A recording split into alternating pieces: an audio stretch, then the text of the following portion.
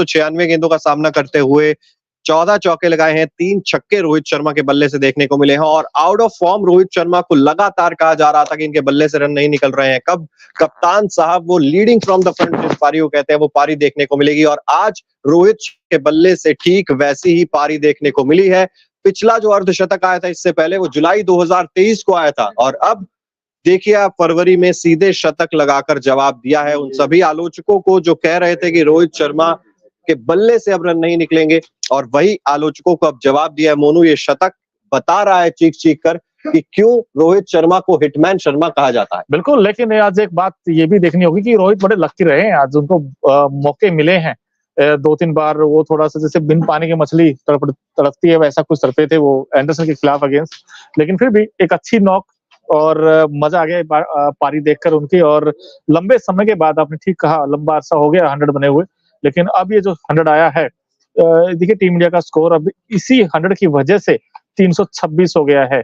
अब ये 326 वाकई बड़ा स्कोर है देखा जाए तो चिराग। बिल्कुल, अभी तक तो देखिए टीम क्योंकि जिस सिचुएशन से निकल कर आई है वो यशस्वी जायसवाल का विकेट जल्दी गिर गया था, शुभमन गिल का विकेट जल्दी गिर गया था और रजत पाटीदार भी कुछ खास योगदान दे नहीं पाए। 33 रन पर 3 विकेट गिर चुके थे और उसके बाद 204 रनों की पार्टनरशिप आई रोहित और जडेजा के बीच और 77 रनों की पार्टनरशिप आई जडेजा और सरफराज खान के बीच भी। 326 टीम इंडिया ने बना लिया। एक समय लग रहा था मोनू कि टीम इंडिया के अगर रोहित शर्मा जल्दी आउट हो जाते तो कहीं ना कहीं वो 150-200 पर भी टीम इंडिया सिमट सकती थी, लेकिन क्या लाजवाब बल्लेबाजी आज देखने को मिली है रविंद्र जडेजा से भी, जो कह रहे हैं ना कि होम बॉय है, आज गुजरात में छा गए हैं रविंद्र जडेजा। बिल्कुल, लोकल बॉय का देखिए आज इम्पैक्ट डाला उन्होंने और 100 बनाया। इन्होंने लास्ट में मैच अगर आपको याद हो वहां भी 100 आया था, तो देखिए अच्छी पारी खेली और मजा आ गया इनकी बैटिंग देखकर। लेकिन सरफराज खान इन्होंने 62 बनाए, इनके बारे में आप क्या कहेंगे? रन आउट बिल्कुल, देखिए जडेजा से शायद वो बातचीत होगी ड्रेसिंग रूम में जाकर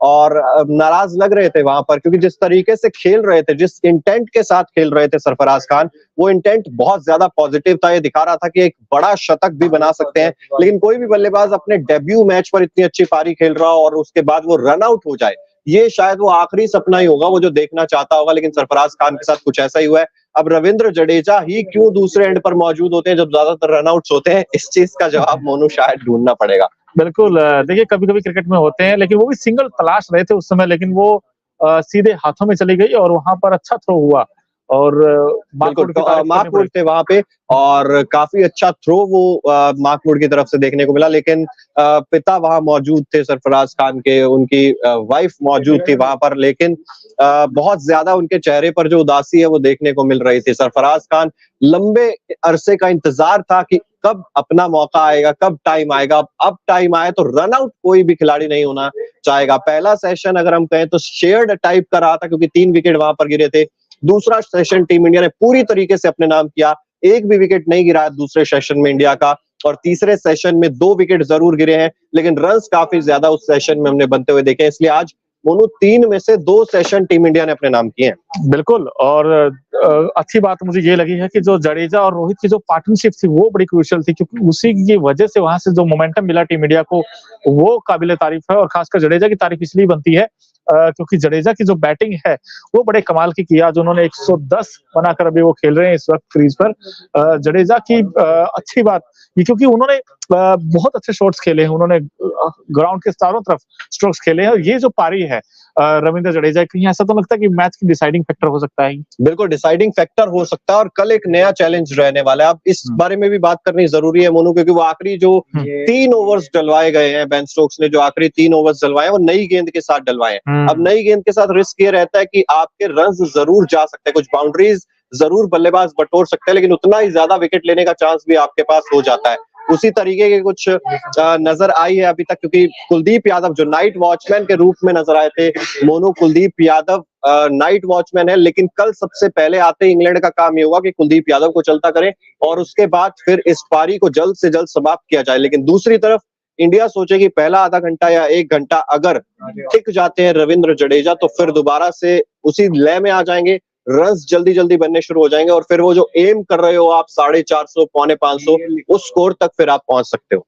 बिल्कुल पहुंच सकते हैं। और इसमें एक बात ये भी देखनी होगी, ध्रुव जुरैल अभी उनका भी आना बाकी है, तो इंडिया के पास और अश्विनी बैटिंग कर लेते हैं आई थिंक इन कंडीशंस में। तो देखिए जब दोनों आएंगे तो रन आएंगे, ऑब्वियस सी बात है, लेकिन बड़ा दिलचस्प रहेगा ये देखना कि वो किस तरीके की बैटिंग करेंगे। मुझे जो सबसे ज्यादा उम्मीदें हैं वो दो बैट्समैनों से हैं, चाहे उसमें ध्रुव जुरैल हो या फिर अश्विन हो, क्योंकि अश्विन बहुत अच्छी बैटिंग करते हैं। लेकिन आज का जब दिन स्टार्ट हुआ था तो उसमें आपने यशस्वी जायसवाल को पहले आउट किया, उसके बाद शुभमन गिल। गिल तो आज भी खाता नहीं खोल पाए। चिराग, गिल के बारे में क्या कहेंगे? वो 100 जरूर आया लेकिन वो कॉन्फिडेंस अभी नहीं आया, अभी भी नहीं आया। बिल्कुल, देखिए कॉन्फिडेंस तभी आएगा। मैंने जब पिछला मैच खत्म हुआ था मोनू, तब भी हमारी ये चर्चा हो रही थी कि शुभमन गिल का ये शतक, ऐसा नहीं, हम कहते हैं ना कि यार एक मैच से आप किसी को जज नहीं करते, कि एक मैच में अगर खराब पारी आ गई तो हम से वो एक पारी अगर किसी के बल्ले से अच्छी आ जाए तो आप ये जज नहीं कर सकते कि भाई ये खिलाड़ी पूरी तरीके से फॉर्म में आ गया। चैलेंजेस रहने वाले हैं। आज भी जिस तरीके से शुभमन गिल का विकेट गिरा, वो कहीं ना कहीं ये दिखाता है कि भाई अभी भी वो जो जूझ रहे हैं ना चीजों से, वो अभी भी उसी तरीके से, वो जो चीजें परेशान करती हैं अभी भी वैसी ही चीजें उन्हें परेशान कर रही हैं।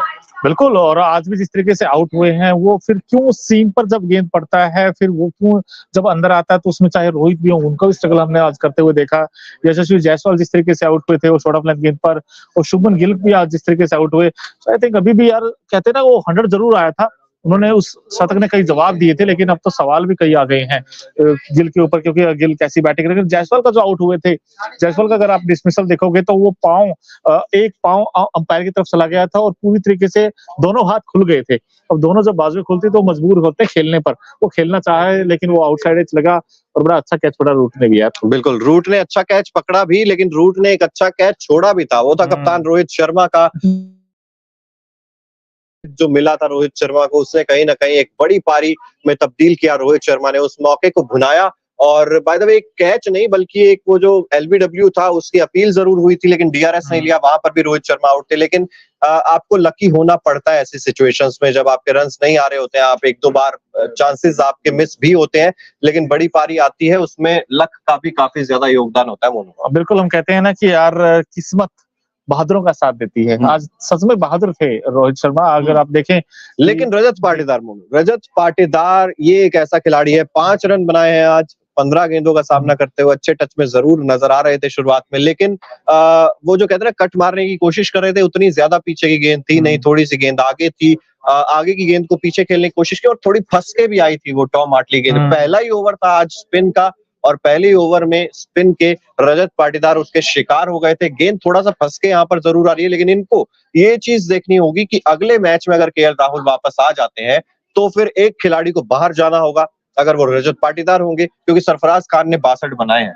बिल्कुल, लेकिन देखिए दो पहला मैच खेला था रजत पाटीदार, वहां भी कॉन्फिडेंस लगे थे, लेकिन आज जो टॉम हार्टली गेंद थी वो आपने सही कहा, क्योंकि जब रिलीज हुआ था वो बहुत अच्छी स्पीड थी, लेकिन उसके बाद थोड़ी धीमी आई गेंद, रुक कर आई, तो ऐसे में वो पीछे खेलने गए और उसके बाद सॉफ्ट डिसमिसल आउट हुए। आई थिंक रजत पाटीदार भी डिसअपॉइंटेड होंगे अपनी इस पारी से, लेकिन ये क्रिकेट में होता है। और देखिए अब जब रजत पाटीदार आउट हुए तो किसने उम्मीद की थी, क्योंकि टीम इंडिया ने सिर्फ 33 रनों पर अपने 3 विकेट आउट हो गए थे, टॉप ऑर्डर पूरी तरीके से फेल हो गया था, और 33 के बाद फिर 326 तक का जो सफर किया है उसमें 2 बड़ी पारी आई है, एक रोहित शर्मा के बैट से और एक रविंद्र जडेजा के बैट से।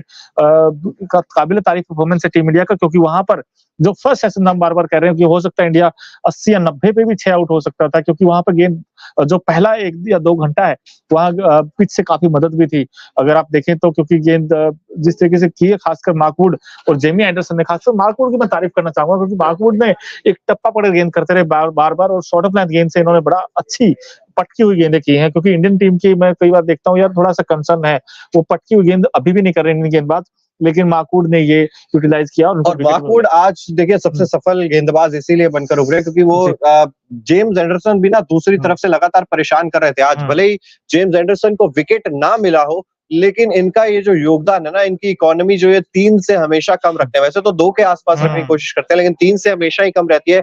ये जब आप एक छोर से प्रेशर बनाने की कोशिश करते हैं तो दूसरे छोर से गेंदबाज को विकेट्स मिलते हैं। लेकिन तारीफ आज करनी होगी मार्कवुड की, 3 विकेट्स आज उन्होंने चटकाए हैं और बेहतरीन ये 3 विकेट्स थे। बल्लेबाजों को लगातार छका रहे थे, लेकिन मार्कवुड कल सबसे ज्यादा खतरनाक मुझे लगता है हो सकते हैं, क्योंकि अब नई गेंद है, एक तरफ से एंडरसन होंगे, दूसरी तरफ से मार्कवुड होंगे, और शुरुआत में दोनों ही जो बल्लेबाज है, एक तो नाइट वॉचमैन है आपके, एक रविंद्र जडेजा, दोनों को सावधानी से खेलना होगा। बिल्कुल सावधानी से खेलना होगा और जब वो अंदर आने वाली गेंद है वो बड़ी परेशान करती है एंडरसन की, चाहे मार्कवुड की भी। और मार्कवुड के पास भी वो अच्छी उनके पास पेस है, जब वो पेस जनरेट करते हैं तो उनके पास जब गति है किसी गेंदबाज के पास, तो वो गति से बीट होते हैं भारतीय बैट्समैन। लेकिन यार टॉम हार्टली जिन्होंने एक विकेट मात्र लिया, वो उनका रजत पाटीदार को जिस तरीके से फंसाया था, वो बड़ा इंपॉर्टेंट विकेट था। उन्होंने आज टॉम हार्टली बार बार इंप्रेस कर रहे हैं। और एक बड़ा इंटरेस्टिंग फिगर है चिराग, कि जो इंडियन